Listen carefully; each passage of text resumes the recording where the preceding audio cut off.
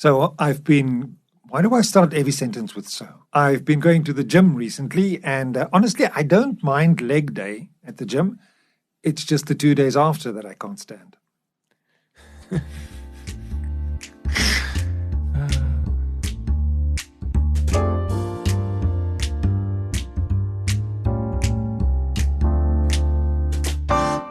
Every podcaster has a unique path that they take to shape their shows. I thought you were doing a vocal warm-up. Every podcaster I'm reading from the script badly.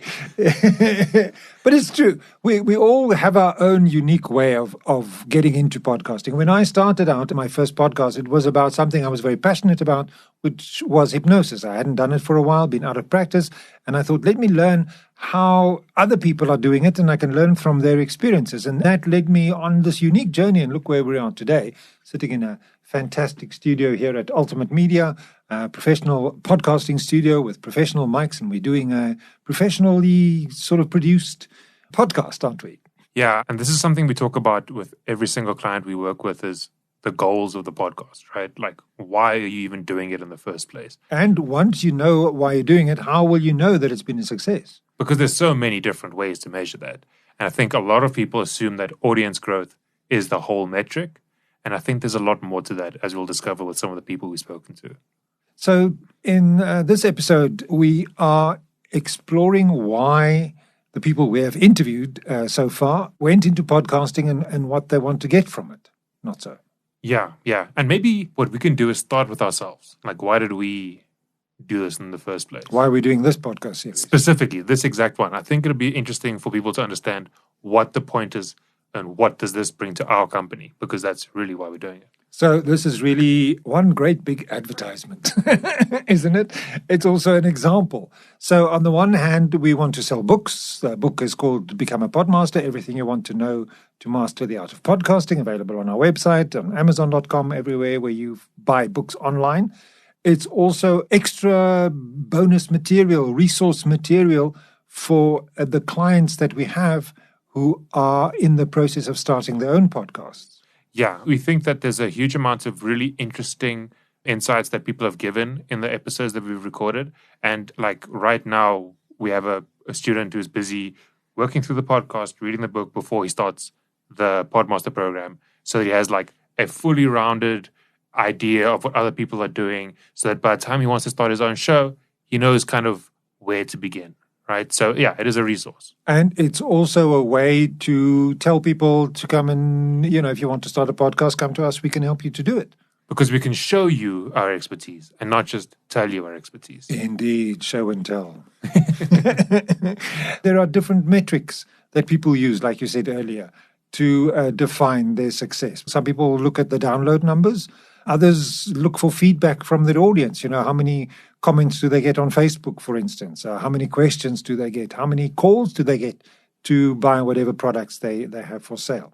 Yeah, I think the big thing here is what's going to keep you going. Because we do preach that a podcast doesn't have to be a weekly thing. You can do a shorter podcast. But ultimately, a podcast does kind of have to be long-term in some capacity. Either you have to market it in the long term, or people will be listening to it for a couple of years from now. So what's the thing that's going to keep you going? And I think having a very clear goal and measurement for success will really help you stay motivated to keep pushing through when you have 3 people listening to your show initially and you're not really getting the results, but you know what you're working towards. So I think that's also what we're going to explore is like, what is it that drives people to actually do this and to stick with it? I think that's also an important point is, people start doing one thing and then they feel stuck in doing the same thing over and over again and they get bored and then they give up. And some people get to that point and instead of giving up, they pivot. They change track. They go into something different, topic-wise or genre-wise or format-wise to keep the interest going. So for me also, it's about more longer-term planning. We emphasize this a lot in our Podmaster Startup program where we help new podcasters get going is, how do you plan this thing so it becomes sustainable? Are you going to do it weekly, bi-weekly, once a month? Or are you going to do short seasons, 2 seasons a year or whatever, most people that we work with, certainly are business people, coaches, those sort of entrepreneurs who have full-time occupations. They work for a living and they can't afford to become full-time podcasters. That's not why they're here. And so how do you plan it in such a way that it becomes more bite-sized, more manageable? You can spend 2 weeks, do it, get it out of the way, and then roll it out and ride on it for the next 2 years. So they say podcasting is for a younger audience, isn't it? It's the new medium for the new generation. And interestingly, Sam Mitchell was introduced to podcasting while he was still in school and started out as a young podcaster. And obviously he's learned a lot over the years. So let's check in with Sam. His podcast is called Autism Rocks and Rolls. My name is Sam Mitchell, and I run the podcast Autism Rocks and Rolls. It started I joined my high school's media club, and I loved it so much. And I never heard of a podcast until then. So when I found out about the podcasting, it clicked with me so much that I figured I couldn't do my high school's media club podcast forever. So the only way I knew to continue my media skills was to start my own. And that was when Autism Rocks and Rolls was born. What I really loved about my chat with Sam is that this is a true passion for him. This is not about making $1 million. This is not some kind of a shortcut to success. He is so truly passionate about the topics that he speaks about and about the people that he speaks to that ultimately I believe he'll keep going for as long as he can because he's got so much to say. Sam was also saying about the purpose of his podcast. It brings purpose, the fact that you get to share certain stories that I either didn't say because you had to be there to understand it, or maybe you just don't understand it all because it's something you take for granted. We met Apiwe in the first episode, or one of the previous one of the episodes. Apiwe is one of our guests in this series. Hi, I am Apiwe Mame. I am the producer and host for Digify Africa Unplugged Conversations. So when we were creating this podcast, we were really answering or sort of speaking to the question around what kind of conversations are we having about 4IR. I think since 2016 in South Africa, there was that big conversation around, the fourth industrial revolution and what really that meant. And so we wanted to investigate beyond policy and beyond the broader conversation insofar as our public discourse. What does 4IR mean for an everyday person? How does it impact the way we navigate life and our lived experiences? And so we really wanted to investigate what are the implications on your everyday life. And so that's why we look at concepts like, digital education, digital marketing, access, and what does it mean using an app when you're living in a remote area in the Eastern Cape? Is it accessible? What kind of infrastructure is in those, areas? And so really, for us, it was about, tapping into those kind of conversations, answering certain questions, and also trying to raise awareness around the existence of the digital economy and also expanding it to the rest of the continent. Because I think often when we are looking at such, concepts in the country, specifically South Africa, we tend to have a very insular approach to those kind of conversations. I was also really interested in what is happening across the continent and how are people responding to the emerging technologies and what does that mean, right? And so when we say that Kenya is the African Silicon Valley, what does that mean, right? So do they have different issues when it comes to internet access? And yes, they do. So again, we got to sort of highlight and provide insight in terms of how different countries on the continent are responding to 4IR. Podcasting can also be a good way to give people career advice and guidance. Young people these days, there are so many jobs that when I grew up didn't even exist. We didn't even think about them. I think that's an interesting avenue to explore also in a podcast is, say, for instance, people want to go into the consulting field. You can listen to a lot of podcasts and hear what other people are doing and get into it that way. Yeah, because I think one of the amazing things about podcasts is the kinds of conversations that you get to be like a fly on the wall of. And it's exactly as you say. If you're trying to enter an industry, there is nothing better than to actually listen to two people in that industry have a proper, in-depth discussion on it. I mean, one of the podcasts that I started back in the day, which had 2 whole episodes, it's called the New Musician Podcast. And the whole point of it for me was to interview people and have them tell me how to become a musician. You succeeded in 2 episodes and got everything you needed, of course. Multi-Grammy award winning. But it did really give me some real insights about things that, honestly, I would never have considered about how to actually get gigs, how to actually break in. The advice I got from the interviews I recorded on that podcast was like invaluable. So yeah, definitely a super valuable tool for new career beginners, new people in the industry. I spoke to Mariette. She's very interesting. She's a journalist. She works at a magazine, and her podcast is linked to the magazine and her wellness platform. Hi, I'm Mariette Snyman. My podcast series is called Calm, Clear and Helpful.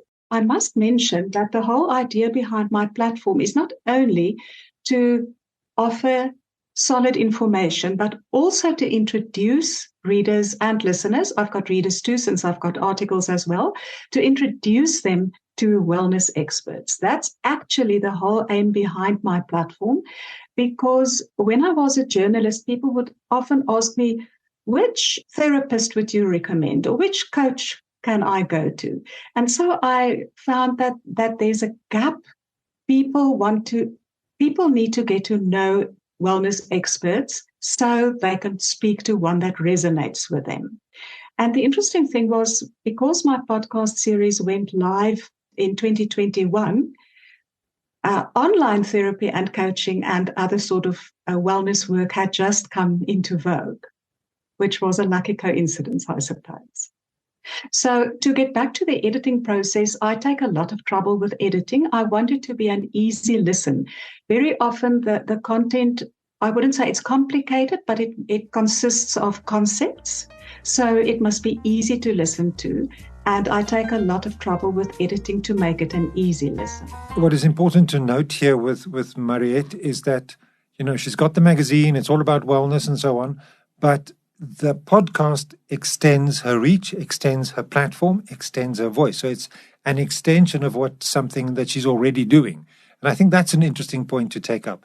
If you have written a book, for instance, a self-help book, How to Become a Podmaster, it might be interesting to do a series of podcasts on how to become a podmaster and delve into some of the topics that you covered into the book, as we are doing right now.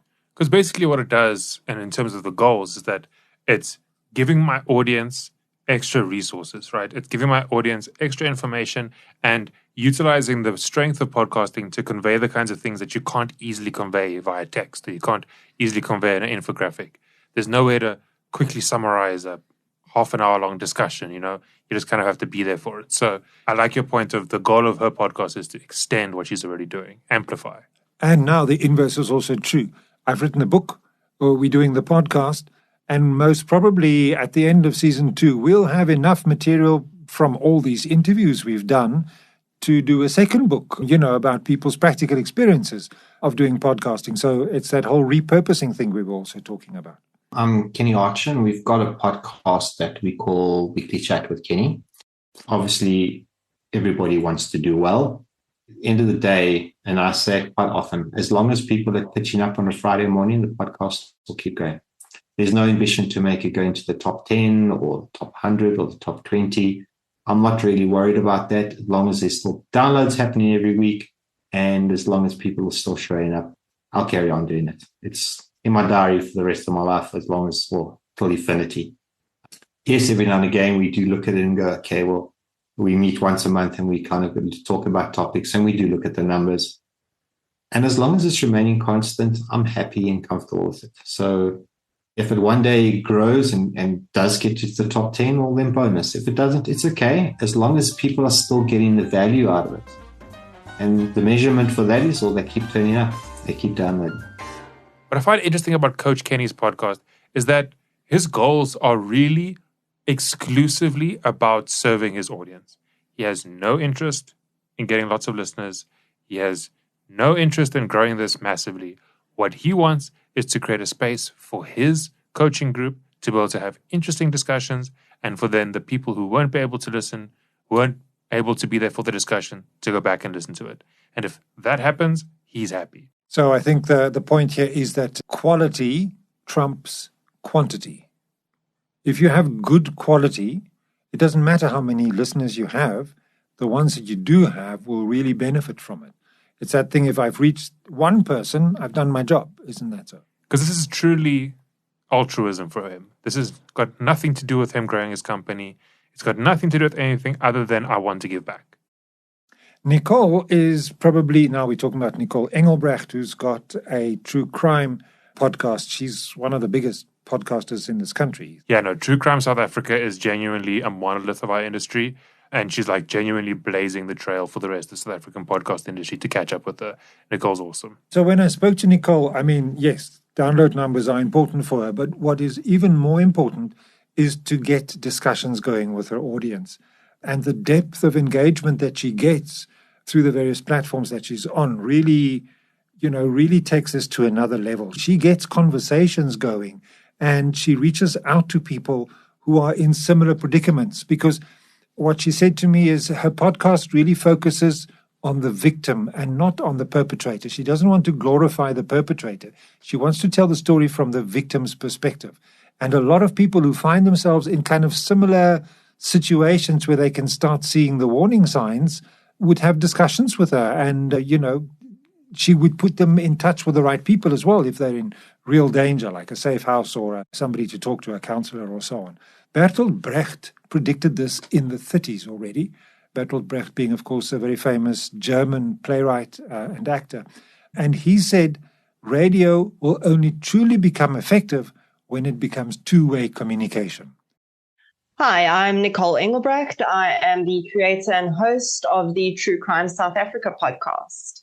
Unfortunately, it takes up quite a bit of my day at the moment. It's sort of ongoing. I mean, I've got all the platforms on my phone. So I'll check in 3-4 times a day and respond to comments. It takes up a lot of my time. And at some point, I will need to have someone, helping me with that. But I think that I will keep a personal presence. But, as it grows, it becomes quite significant. And then you get people that will start emailing you as well and, DMing you. And that's another thing as well. In the beginning, it's always exciting to start getting DMs from your listeners. And I still appreciate that, but it can become overwhelming. So also, when you're picking your media platforms, maybe keep your DMs either to one platform or ask people just to email you, because that can become overwhelming very quickly. So every time I don't know, do you have these vocal hooks? Ethan and I always start our sentences with so. I've been trying so hard not to say absolutely every time you say anything. 100%. I think it's a bit of both. I mean, obviously you want downloads. Obviously you want, to rank. You want people to listen to the episodes and for it to be helpful. When I get feedback that like, oh my God, that episode was super helpful, this is my takeaway. Or when you do see a review, it feels good, right? That you're helping someone. I wish back when I began my podcast that I maybe listened to a bunch more and probably would have tuned into a few of those tips for my own podcast a little bit quicker. And you want your podcast to succeed. You also want to grow your business through it and, get leads, and you want, people to listen to it on your website. You want that traffic to your website. You want comments on your social media posts that relate to your podcast. So the numbers they're valuable and they're important. You don't want crickets and, for no one to know the show exists. But again, it's kind of like, where are you going to spend or invest your time and money?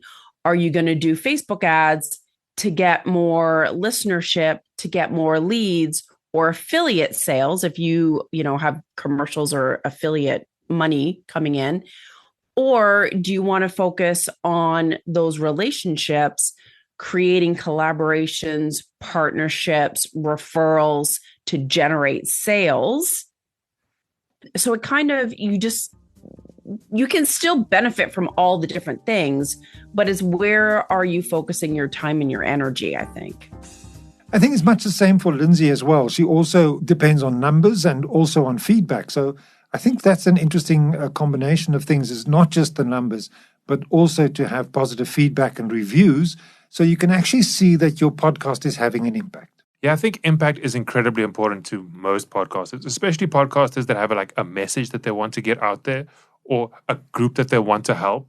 I think in terms of motivation, and it's exactly the same with Lindsay, that feedback, to see there's actually real people on the other side getting real value from you, is an incredible motivator and really helps you keep going.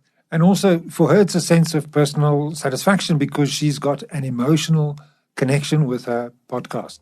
And it's what we said earlier. If you don't enjoy doing it, if you're not emotionally involved in it, then why the hell do it in the first place? So we were talking listener numbers and engagement, and Diogen also emphasizes that measuring success has to do with how engaged the audience is rather than how many of them are listening. I mean, you can have 2 million people listening to the first 5 seconds and tune out, or you can have 10 that are really, really engaged, which is the more valuable. Hi, my name is Diogen Tirandekura, and I am the podcast host of Consulting Lifestyle. I am also a digital transformation consultant, and I own the company called ERP Happy. So the success, I measure it both in engagement, but engagement I think is the most important part, but also in the downloads. But the downloads, in a podcast, it's a difficult metric in the sense that if I listen to 2 seconds, it's a download. If I listen to the whole episode, it's 1 download as well. So podcast metrics really are so hard to track, though. It's I was crazy. reading an article the other day. If it depends which platform it's on. If it's Apple or, they all have their own metrics. But some measure, even if you just download the episode and never listen to it, it counts as a download. It counts as a listen. If you listen to 2 seconds of it, it counts as a full listen. That's so interesting. Like, can we trust these numbers? People engaging and giving you feedback is so much more useful than just raw data because, you can actually trust the feedback. Speaking of engagement, Nicole also spoke about the fact that audience engagement is a really important thing for her to track. And in fact, you can potentially even use this engagement to start figuring out what kind of content to focus on in future.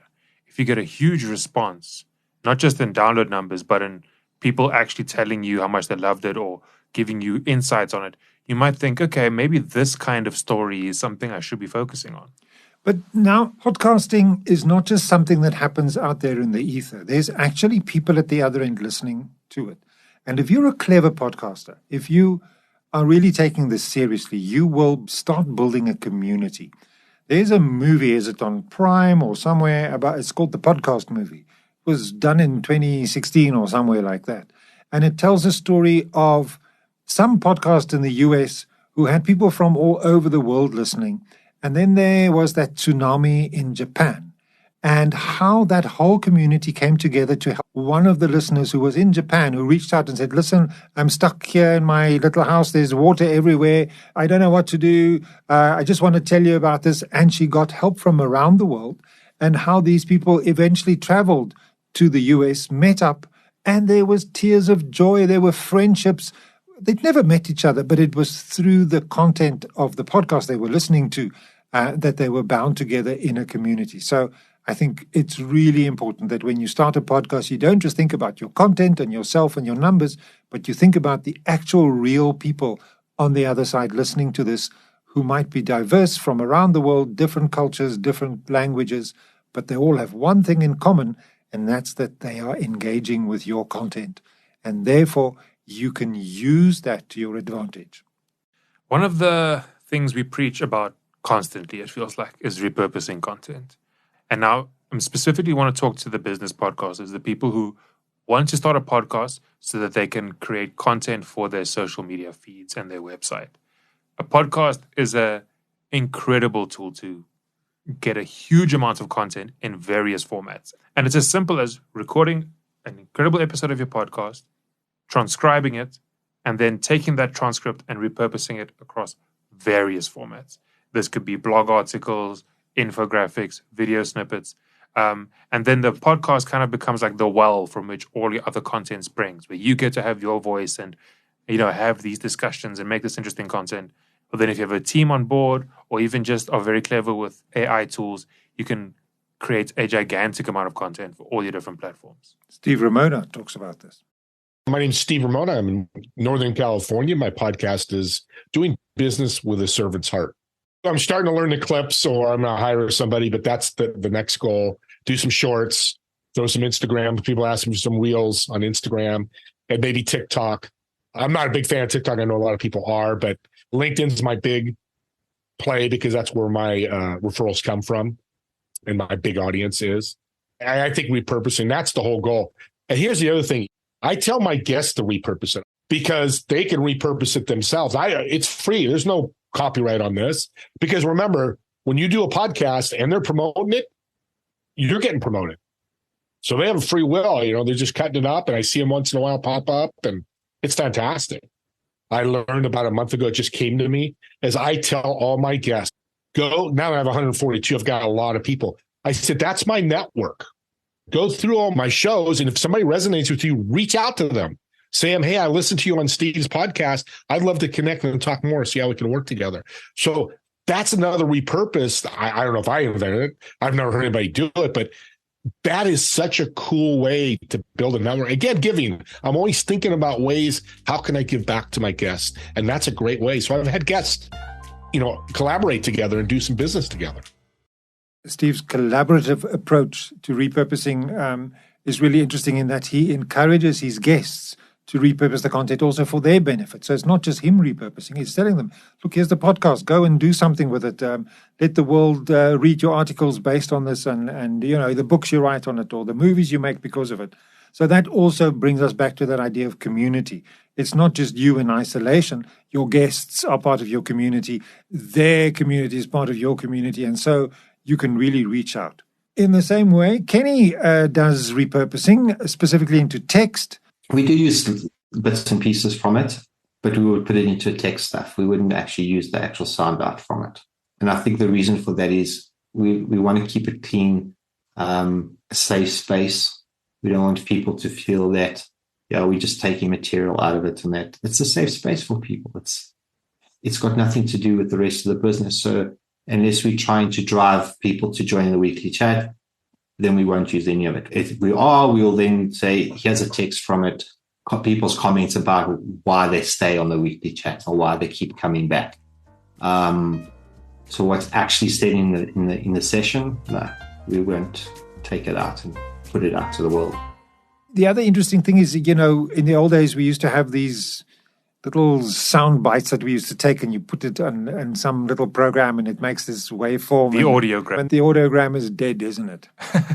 I think it is. I think nowadays people have realized that a little picture with a little squiggly line doesn't really keep people's attention that much. So the modern trend is to do video podcasting if you do want visual content, and if you have the budget and the perhaps the know-how is to do like an animated kind of piece of video. But yeah, I think people have kind of moved beyond just a little squiggly line for their video snippets. But video snippets are still super. And audio snippets too, if you strategically in a slideshow or a presentation or something like that could work very well. Yeah. Subtitles, a little bit of animation go a long way. So let's wrap up, Ethan. There are very many ways into podcasting and very many reasons why people do podcasts. Is it about community? Is it about numbers? Is it about engagement? Is it about promoting your business? There's so many different goals that people have and so many different ways to measure that success. Yeah, and I think the big thing I want people to take away is, what is the goal of your podcast? What's going to keep you going when it becomes real work? Because even the most fun and interesting and engaging piece of podcasting is still ultimately going to require you to put in work. And once you're a couple episodes deep, you're going to need something to motivate you beyond just the act of recording it itself. It's got to do with how do you create content that touches somebody in such a direct way that they will want to engage with you and start a conversation. And I think if your podcast is a conversation starter, then you are well on your way to success. I think people like Nicole, who talked about the engagement and building a community, that's really what we want to do as podcasters, as sound artists in a way. It's not just listen to it, switch it off and go and have a bath and get on with your day. But it intrigues me so much what you said about podcasting or about business or about some crime, that I really want to ask you a question or two, and I want to share my experience and maybe, get advice or something. And maybe there's other people within the group that I'm part of here, this community that could help me, that I could be friends with, that I could communicate, even if they're on the other side of the world. And I think that is the true measure of podcasting success. And of course, if you are interested in starting a podcast of your own, you can check out our website, baird.media. The links will be in the description of this episode. And you can also check out our book, Become a Podmaster, Everything You Need to Know to Master the Art of Podcasting. You can search for it up on Amazon, Take-A-Lot, or just on our website.